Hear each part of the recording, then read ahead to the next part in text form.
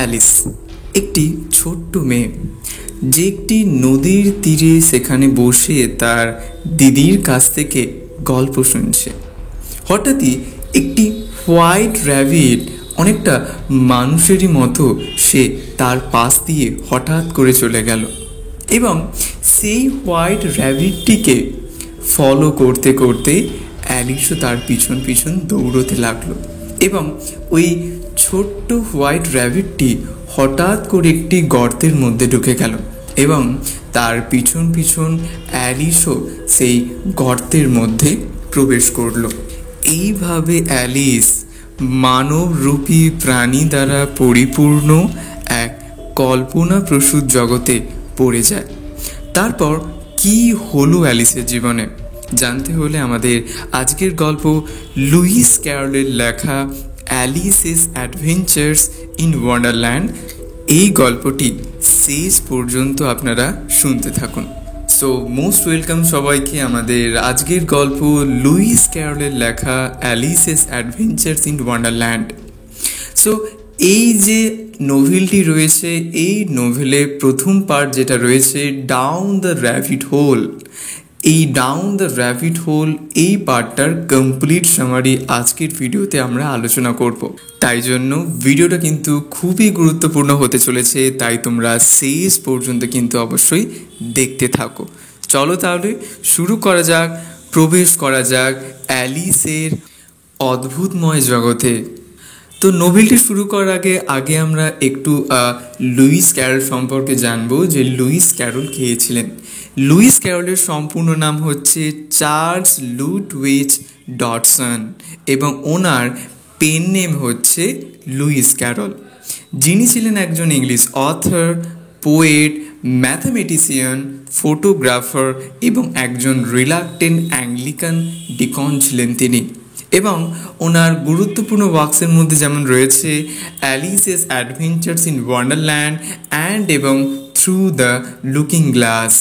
এবং এই নোভেলটির মধ্যে আমরা যে সকল থিমসগুলো দেখতে পাবো, যেমন লজিক ভার্সেস ননসেন্সের একটা আমরা বেশ সুন্দর ব্লেন্ডিং দেখতে পাবো, তারপর আমরা দ্য নেচার অফ রিয়ালিটি দেখতে পাবো এবং তারপর আমরা একটা পরিবর্তন দেখতে পাবো চাইল্ডহুড থেকে অ্যাডাল্টহুডে যাওয়ার।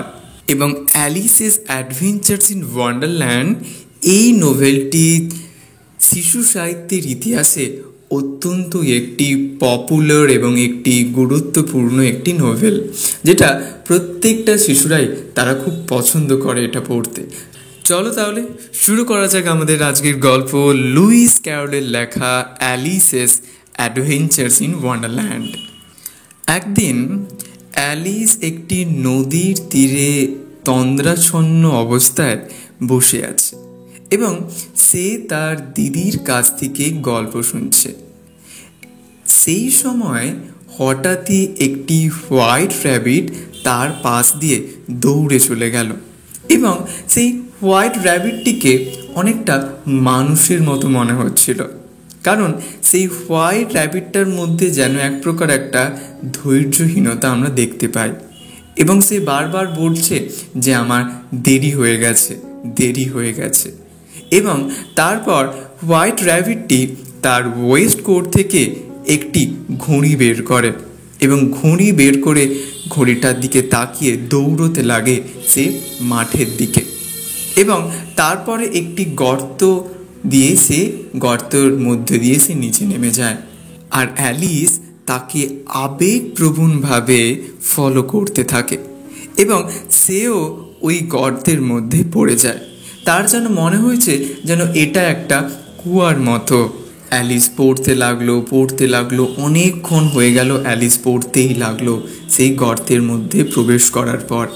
এবং যখনই সে ভাসতে লাগলো বাতাসে, যেহেতু সে অনেকক্ষণ ধরে উপর থেকে পড়ছে, সেই সময় সে নোটিস করলো যে এই কুয়ার সাইডগুলো বিভিন্ন আলমারি এবং বিভিন্ন তাক দ্বারা বেষ্টিত এবং সে একটি কমলা লেবুর আচার মারমেলেডের একটা জার সে কী করলো সেখান থেকে নিয়ে নিল একটা তাক থেকে এবং দেখতে পেল জারটা টোটালি ফাঁকা অবস্থায় রয়েছে এবং সে অ্যালিস ওই জারটিকে আবার একটা অন্য তাকে রেখে দিল। এবং তারপর অ্যালিস হঠাৎ বিরক্ত বোধ করতে লাগলো এবং সে জোরে চিৎকার করে উঠল যে আমি কি একদম পৃথিবীর এই প্রান্ত থেকে কি একদম সেই প্রান্তে চলে যাচ্ছি, এত সময় লাগছে একটুকুন একটা গর্তে পড়তে। তারপর সে জোরে এরমভাবে চিৎকার করতে লাগলো। তারপর হঠাৎই সে তার একটি বিড়ালটির নাম হচ্ছে দিনা। সো দিনার কথা সে মনে করতে লাগলো, তার সাথে দিনার যে একটা কথোপকথন, সেই কথোপকথনের কথা মনে করতে লাগলো। এবং তারপর হঠাৎই অ্যালিস মাটিতে প্রবেশ করলো এবং তার কোনো কিছু আঘাতই সে অনুভব করতে পারলো না। হঠাৎই অ্যালিস দেখলো যে ওই হোয়াইট র্যাবিটটি হঠাৎ করে একটা কর্নারের মধ্য দিয়ে ভ্যানিশ হয়ে গেল। তো তারপর অ্যালিস তাকে অনুসরণ করতে করতে একটি করিডর লাইনের সামনে আসে যেখানে অনেকগুলো দরজা রয়েছে এবং প্রত্যেকটা দরজায় লক করা অবস্থায় রয়েছে। এবং অ্যালিস একটি চাবি পেয়েছিল এবং সেই চাবিটি যেটি এই একটি গ্লাস টেবিলের উপর সে পেয়েছিল এবং সেই চাবিটির সহযোগিতায় সে ওই দরজাগুলো খোলার চেষ্টা করছে, কিন্তু দরজাগুলো সে খুলতে পারছে না। হঠাৎই একটি কার্টেনের পেছনে একটা ছোট্ট দরজা সে খুঁজে পায় এবং সেই দরজাটা খোলার চেষ্টা করে এবং সত্যি দরজাটি খুলে যায় এবং যেটা তাকে এক প্রকার একটা প্যাসেজ এবং একটা গার্ডেনের দিকে নিয়ে যাচ্ছে ওই দরজাটি খোলার পর।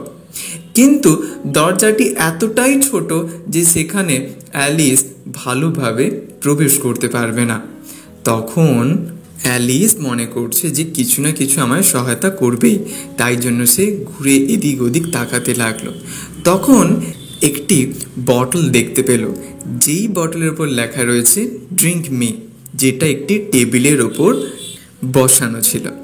এবং অ্যালিস একদম পুরো বোতলটাকে সে ড্রিঙ্ক করে ফেললো। তার আগে সে ইন্সপেক্ট করছে যে এটার মধ্যে কোনো পয়জন বা বিষাক্ত কিছু জিনিস আছে কি না। তারপর হঠাৎই অ্যালিস খুব তাড়াতাড়ি সে ছোট হতে লাগলো এবং সে এতটাই ছোট হয়ে গেল যে এবার সে সেই ছোট্ট দরজাটার মধ্য দিয়ে খুব সহজেই প্রবেশ করতে পারবে। কিন্তু সে ভুলেই গেছে যে ওই দরজাটার যে চাবি, সেই চাবিটা সে ওই টেবিলের উপরই রেখে চলে এসেছে। কিন্তু অ্যালিস খুব ছোট হয়ে গেছে, তো অ্যালিসের তো হাত আর কুলাবে না। তখন অ্যালিস একটি ছোট্ট কেক দেখতে পেল, যেই কেকের উপর লেখা রয়েছে ইট মি। তখন অ্যালিস কি করলো, ওই কেকটি একটু কিছুটা খেয়ে নিল। খেয়ে নিয়ে ভাবলো যে তার হয়তো সাইজটা অনেকটা বড় হয়ে যাবে, কিন্তু কিছুই হলো না। এইভাবে অ্যালিসেস অ্যাডভেঞ্চার্স ইন ওয়ান্ডারল্যান্ডের প্রথম যে পর্ব বা চ্যাপ্টার 1 ডাউন দ্য র্যাবিট হোলে সমাপ্তি হয়। ওকে, সো এই ছিল আমাদের আজকের গল্প, লুইস ক্যারলের লেখা অ্যালিসেস অ্যাডভেঞ্চার্স ইন ওয়ান্ডারল্যান্ড। সো তোমাদের এই গল্পটা নিয়ে যদি কারো কোথাও কোনো ডাউট থাকে অবশ্যই তোমরা কিন্তু কমেন্টে সেটা জানাতে পারো। Okay. I saw your smile across the room, and for a moment I forgot to move. My heart raced like it knew that it's too good to be true. You laughed and turned